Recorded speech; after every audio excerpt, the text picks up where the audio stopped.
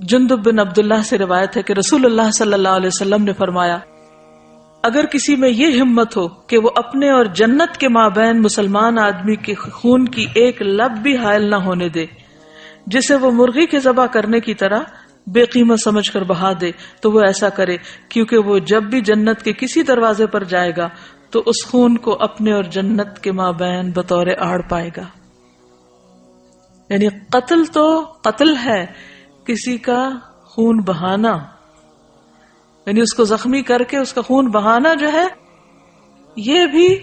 جنت اور اس کے بیچ میں رکاوٹ ڈال دے گا۔ تو جہاں سے بھی انٹر ہونا چاہے گا دروازہ بند ہو جائے گا، یا کوئی چیز بیچ میں آئے گی کہ وہ انٹر نہیں ہو سکے گا۔ آپ نے بازو کا دیکھا ہوگا نا، وہ کارڈ سوائپ کر کے آپ نکل جاتے ہیں،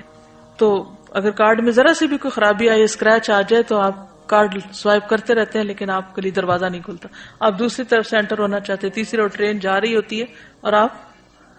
پریشان ہوتے ہیں کہ میں پیچھے رہ رہا ہوں۔ اس لیے کسی کے ساتھ کسی بھی قسم کی زیادتی حرام ہے، قتل حرام ہے، اسلحہ لہرانا باعث لعنت ہے، اور اسی طرح کسی کے قتل کے درپے ہونا اور اس چیز کو سوچنا یا کہنا، یہ بھی ناپسندیدہ ہے۔ آپ نے دیکھا ہوگا کہ بعض اوقات تکیہ کلام کے طور پر لوگ کہتے ہیں I'll kill you، سنا کبھی آپ نے؟ اس سے بھی بچیے، کیونکہ اگر آپ دن میں 10 دفعہ یہ کہہ رہے ہیں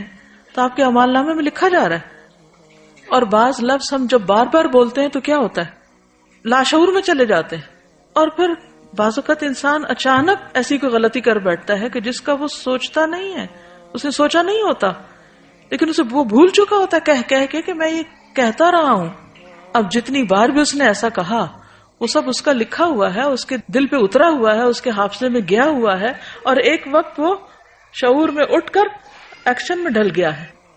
تو اس لیے اپنی لغت سے، اپنی زبان سے، اپنی گفتگو سے ایسے تمام الفاظ غصے میں بھی نہ بولے جائیں کہ جو کسی وقت عمل میں ڈھل جائیں۔ کہتے ہیں نا واچ یور ورڈ، اپنے الفاظ کا خیال رکھیں کیونکہ وہ ایکشن بن جاتے ہیں۔ اس قسم کے جتنے بھی الفاظ ہیں، جیسے گو ٹو ہیل یا کوئی بھی گندے لفظ جس کے اندر ایک تکلیف دہ یا اذیت والی بات پائی جاتی، تو ہنسی مذاق میں بھی نہیں کرنے چاہیے۔ یہ نہیں سوچنا چاہیے کہ یہ تو ہمارے فرینک ہونے کی علامت ہے، ہم ایک دوسرے کو کچھ بھی کہہ سکتے ہیں، یہ کوئی بہادری نہیں کہ ہم ایک دوسرے کو کچھ بھی کہہ سکتے ہیں۔ اس میں آپ دیکھیے کہ جیسے اسپیڈی ڈرائیونگ ہے، آپ تیز رفتار گاڑی چلاتے ہیں، کیئرلیس ڈرائیونگ کرتے ہیں، کوئی بھی کام کیئرلیسلی کرتے ہیں، اپنی کسی ڈیوٹی کو پوری طرح پورا نہیں کرتے، اور اس کے نتیجے میں آپ کسی مثلاً گٹر کا ڈھکن نہیں لگاتے اور جان چلی جاتی ہے، تو آپ ذمہ دار ہیں۔ طریقہ کوئی بھی ہو سکتا ہے، وہ غفلت ہو، وہ جان بوجھ کے کرنا ہو، کیئرلیسنس ہو،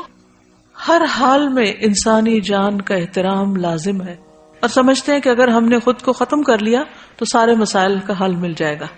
حالانکہ وہ حل نہیں۔ زندگی ایک بہت بڑی نعمت ہے، ہر لمحہ قیمتی ہے، جو پوری دنیا کی دولت خرچ کر کے بھی آپ واپس نہیں لے سکتے۔ اگر ضائع ہو جائے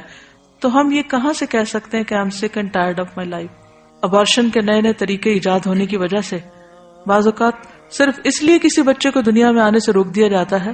یا آنے سے پہلے قتل کر دیا جاتا ہے کہ وہ ہمارے ساتھ رزق میں شریک ہوگا، یا ہم اس کو کھلائیں گے کہاں سے، گویا رازق ہم خود بن گئے۔ اللہ سبحانہ وتعالیٰ قرآن مجید فرماتے ہیں لا تقتلوا اولادکم خشیۃ املاق، مفلسی کے ڈر سے اپنی اولاد کو قتل نہ کرو۔ تو قتل کسی بھی درجے پر ہو، چاہے اپنا ہو، چاہے کسی بچے کا ہو، جنین کا ہو،